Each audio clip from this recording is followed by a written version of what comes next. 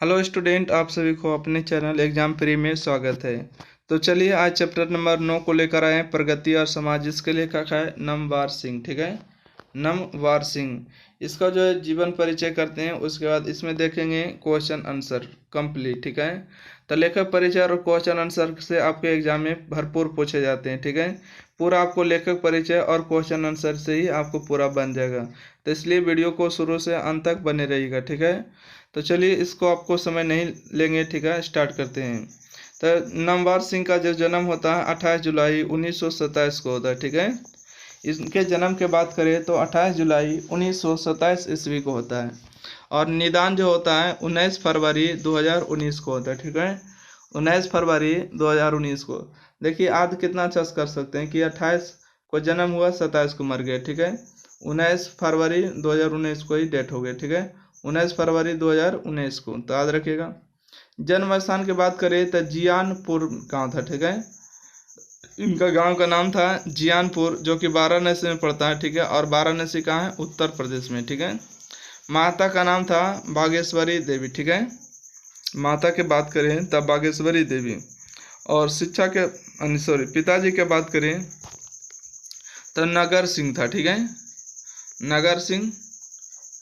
इनकी प्राथमिक शिक्षा जो हुआ था आवाजपुर एवं कमलपुर उत्तर प्रदेश गांव में हुआ था। ठीक है, और हाई स्कूल जो है हिवेट क्षत्रिय स्कूल बनारस में। ठीक है, हिवेट क्षत्रिय स्कूल बनारस में हुआ था। अच्छा, इंटर जो है उदय प्रताप कॉलेज बनारस, बीए और एमए BHU कमरसा 1949 और 1951 में की। ठीक है, एमए किए 1949 में और BHU के 1951 में। अब PhD, ठीक है, BHU पृथ्वीराज रसो के भाषण विषय पर 1956 में हुआ। ठीक है, बात करें पृथ्वीराज रसो हिंदी भाषा में लिखा गया एक महाकाव्य है। ठीक है, पृथ्वीराज रसो हिंदी भाषा में लिखा गया एक महाकाव्य जिसमें पृथ्वीराज चौहान के जीवन और चरित्र का वर्णन किया गया है। इसके रचयिता चंदवरदाई पृथ्वीराज के बचपन के मित्र और उनके राज्य कवि हैं। 1953 में काशी हिंदू विश्वविद्यालय में अस्थायी व्याख्यात करता है, लिटरेचर होते। ठीक है, देखिए नमवार सिंह जो है 1953 में काशी विश्वविद्यालय, ठीक है, इसमें अस्थायी व्याख्यात लिटरेचर आते हैं। 1959 और 1960 में सागर विश्वविद्यालय में असिस्टेंट प्रोफेसर थे, और 1960 और 65 तक बनारस में रहकर स्वतंत्र लेखन का काम किए। जनयुग साप्ताहिक था, और दिल्ली में संपादक और राजकमल प्रकाशन में साहित्य सलाहकार है। ठीक है, बात करें 1967 में। ठीक है, तो 1967 में आलोचना त्रैमासिक संपादन हुआ। त्रैमासिक में साल भर में 3 बार। ठीक है, और जो साप्ताहिक था वो सप्ताह में 1 बार निकलता था। 1970 में जोधपुर विश्वविद्यालय राजस्थान में हिंदी विभाग का अध्यक्ष पद पर प्रोफेसर के रूप में नियुक्त हुआ। 1974 में जवाहरलाल नेहरू विश्वविद्यालय दिल्ली के भारतीय भाषा केंद्र में हिंदी के प्रोफेसर के पद पर नियुक्त हुआ। देखिए आपको समझ में आ रहा होगा कि राजस्थान में हिंदी विभाग के अध्यक्ष पर क्या बने थे, प्रोफेसर बने, तो भी हिंदी के प्रोफेसर। और 1974 में जवाहरलाल नेहरू विश्वविद्यालय जो है दिल्ली में भारतीय भाषा के क्या बने थे, हिंदी के प्रोफेसर। मतलब इनको हिंदी के अच्छे जानकार थे, इसलिए हिंदी के प्रोफेसर बने थे। बात करें 1987 में JNU से सेवा मुक्ति, पुनः अगले 5 वर्ष के लिए वही पुनः नियुक्ति।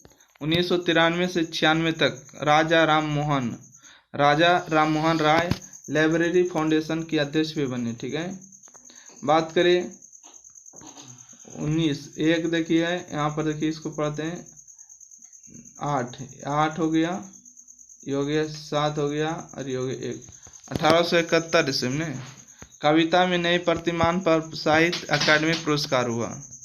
बात करें आलोचना के, ठीक है, कीर्ति, तो आलोचना जो है कौन कौन से लिखी है, तो लिखे हैं आधुनिक साहित्य की प्रवृत्तियाँ। ठीक है, छायावाद, इतिहास और आलोचना, नई कहानी, कविता के नए प्रतिमान, दूसरी परंपरा की खोज, वाद विवाद। ठीक है, वाद विवाद संवाद है, साक्षात्कार का कहना ना होगा। ठीक है, साक्षात्कार का कहना न होगा। यह पाठ आलोचनात्मक निबंध की पुस्तक वाद विवाद संवाद से लिया गया। ठीक है, वाद विवाद संवाद से लिया गया है।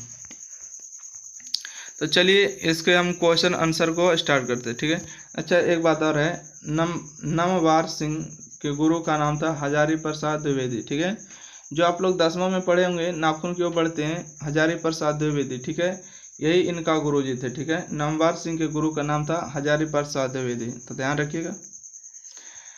तो बात करें कि प्रगति और समाज, इसके क्वेश्चन आंसर। ठीक है, तो क्वेश्चन नंबर 1 पर आ जाते हैं और क्वेश्चन नंबर 1 में कहते हैं कि आचार्य रामचंद्र शुक्ल के कब आदर्श क्या थे, पाठ के आधार पर स्पष्ट करें। ठीक है, आचार्य रामचंद्र शुक्ल के कब आदर्श क्या थे, पाठ के आधार पर स्पष्ट करें। आचार्य रामचंद्र शुक्ल के कब आदर्श प्रबंध वाक्य काव्य ही थे, क्योंकि प्रबंध काव्य ही में मानव जीवन का एक पूर्ण दृश्य होता है। ठीक है, आचार्य रामचंद्र शुक्ल के कब आदर्श प्रबंध काव्य ही थे, क्योंकि प्रबंध काव्य में मानव जीवन का एक पूर्ण दृश्य होता है।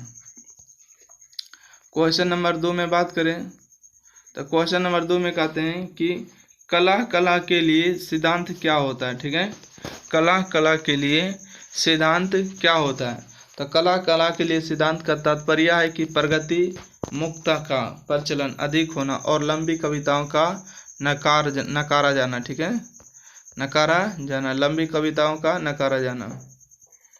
क्वेश्चन नंबर 3 देखिएगा। ठीक है, क्वेश्चन नंबर 3 में कहते हैं प्रगति को आप किस रूप में परिभाषित करेंगे। ठीक है, इसके बारे में क्या धारणा प्रचलित रही, तो कहते हैं अकेले बैठकर गाया हुआ गीत को प्रगति कहा जाता है। ठीक है, देखिए अकेले बैठकर गाया हुआ गीत को, ठीक है, अकेले बैठकर गाया हुआ गीत को प्रगति कहा जाता है। इसके बारे में यह धारणा प्रचलित रही है कि प्रगति के रूप में उसी कविता को स्वीकार किया जाता है जो बिल्कुल व्यक्तिगत और आत्मपरक है। अकेले बैठकर गाया हुआ कविता, ठीक है, अकेले बैठकर गाया हुआ कविता या गीत को प्रगति कहते हैं। इसके बारे में यह धारणा प्रचलित रही है कि प्रगति के रूप में उसी कविता को स्वीकार किया जाता है जो बिल्कुल व्यक्तिगत और आत्मपरक है। क्वेश्चन नंबर 4 देखिएगा। क्वेश्चन नंबर 4 में कहते हैं कि वस्तुपरक नाट्यधर्मी कविताओं से क्या तात्पर्य है। आत्मपरक प्रगति और नाट्यधर्मी कविताओं की अर्थार्थ व्यंजन में क्या अंतर है। ठीक है, देखिए वस्तुपरक नाट्यधर्मी कविताओं से तात्पर्य यह है कि यह किसी विशेष वस्तु पर आधारित होती है और यह आकार की दृष्टि से लंबी होती है। आत्मपरक प्रगति और नाट्यधर्मी कविता में मंच का अंतर होता है। ठीक है, मंच का अंतर होता है। क्वेश्चन नंबर 5 भी देखिएगा। कहते हैं कि हिंदी कविता के इतिहास में प्रगति का क्या स्थान है, सोदाहरण स्पष्ट करें। ठीक है, मतलब व्याख्या करना है। हिंदी कविता के इतिहास में प्रगति का क्या स्थान है, सोदाहरण स्पष्ट करें। हिंदी कविता के इतिहास में प्रगति का मुख्य स्थान है क्योंकि कविता की शुरुआत ही गीतों से हुआ है। गीतों ने लोगों के मन को बदलने में अहम भूमिका निभाई। जैसे कबीर, सूरदास, मीरा, गुरु नानक आदि संतों ने दोहे और गोए पद ही लिखे हैं। क्वेश्चन नंबर 6 देखिएगा। ठीक है, क्वेश्चन नंबर 6 में कहते हैं कि आधुनिक प्रगति काव्य किन अर्थों में भक्ति काव्य से भिन्न एवं गुप्त जी के प्रबंध काव्य में विशिष्ट है। क्या आप आलोचक से सहमत है, अपने विचार है। ठीक है, अपने विचार लिखिए। कहते हैं आधुनिक प्रगति काव्य किन अर्थों में भक्ति काव्य से भिन्न एवं गुप्त जी के प्रबंध कब से विशिष्ट है। क्या आप आलोचक से सहमत है, अपने विचार है। कहते आंसर में आधुनिक प्रगति कब का उदय 20वीं सदी। ठीक है, 20वीं सदी में रोमांटिक उत्थान के साथ हुआ, जिसका संबंध भारत के राष्ट्रीय मुक्ति संघर्ष से है, जहां समाज के बहिष्कार के द्वारा व्यक्ति अपनी सामाजिकता प्रमाणित करता है। इन रोमांटिक प्रगति में भक्ति कब जैसी भावना तो नहीं, किंतु आत्मीयता एवं एकांतता जरूर है। कहते मैथिली शरण गुप्त, ठीक है। मैथिली शरण गुप्त जी जो राष्ट्रीयता संबंधी विचार पर काव्य का रूप देते हैं, उनका काव्य प्रबंध काव्य ही है। उस समय उसे असामाजिक माना गया, लेकिन बाद में विद्वानों को यह ऐसा हो गया कि रोमांटिक गीत को भी सामाजिकता है। क्वेश्चन नंबर 7 में कहते हैं कविता में कुछ कही जा रही है, ठीक है। कविता जो कुछ कह रही है, कविता जो कुछ कह रही है उसे सिर्फ वही समझ जो इसके एकांकीपन में मानवता की आवाज़ सुन सकता है। इस कथन का अर्थ स्पष्ट करें, साथ ही किसी उपयुक्त उदाहरण से अपने अंतर की पुष्टि करें। कविता जो कुछ कह रही है उसे सिर्फ वही समझा जो इसके एकांकीपन में मानवता की आवाज़ सुन सकता है। इस कथन का आशय स्पष्ट करें, साथ ही किसी उपयुक्त उदाहरण से आप अपने अंतर की पुष्टि करें, ठीक है। तो इसका आंसर देखिएगा, ठीक है। तो इसका आंसर होगा कि व्यक्तिगत अथवा एकांक में लिखे गए गीतों में भी मानवता का भाव होते हैं और उसे केवल अकेलेपन के मर्म को समझने वाला व्यक्ति ही समझ सकता है, ठीक है।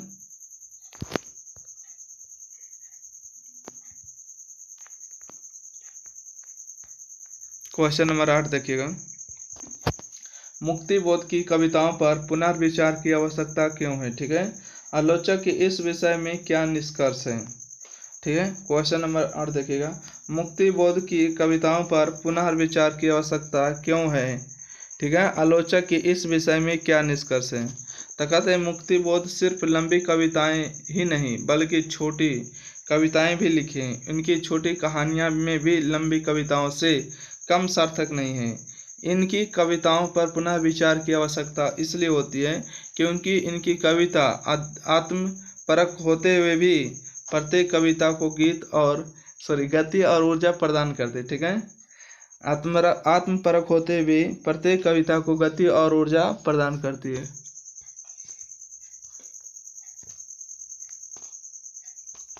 क्वेश्चन नंबर 9 में कहते हैं त्रिलोचन और नागार्जुन को प्रगति की विशेषता क्या है, पाठ के आधार पर स्पष्ट करें। कहते हैं त्रिलोचन के प्रगति में जीवन जगत और प्रकृति के जितने रंग बिरंगे चित्र मिलते हैं वे दूसरे जगह दुर्लभ है। वही नागार्जुन के प्रगति में अभिव्यक्ति के क्षण बहुत कम आते हैं, लेकिन जब आते हैं तो संसार को एक ही झटके में छिन्न भिन्न कर देते हैं, ठीक है। इसका उत्तर फिर से देखिएगा। कहते हैं कि त्रिलोचन के प्रगति में जीवन जगत और प्रकृति के जितने रंग बिरंगे चित्र मिलते हैं वे दूसरे जगह दुर्लभ है। वही नागार्जुन के प्रगति में अभिव्यक्ति के क्षण बहुत कम आते हैं, ठीक है। नागार्जुन के प्रगति में अभिव्यक्ति के क्षण बहुत कम आते हैं, लेकिन जब भी आते हैं संसार को एक ही झटके में छिन्न भिन्न कर देते हैं। क्वेश्चन नंबर 11 में कहते हैं कि मिथ कथन में अति कथन से अधिक शक्ति होती है। केदारनाथ सिंह से उद्धृत कविता से इस कथन की पुष्टि करें, ठीक है। मिथ कथन का अर्थ होता है कम शब्दों में अधिक कहना, ठीक है। मिथ कथन का अर्थ होता है कम शब्दों में अधिक कहना, जो केदारनाथ सिंह की कविताओं में देखने को मिलता है। उन्होंने बहुत ही कम शब्दों में एक विस्तृत भाव को व्यक्त किया है। क्वेश्चन नंबर 11 कहते मानक स्वयं को वासी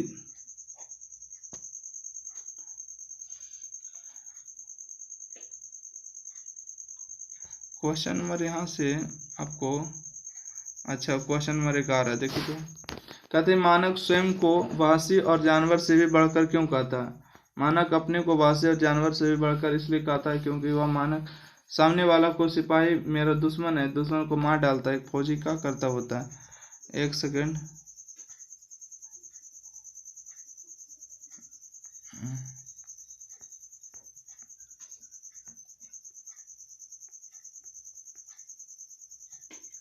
आपको 11 ही क्वेश्चन था, ठीक है।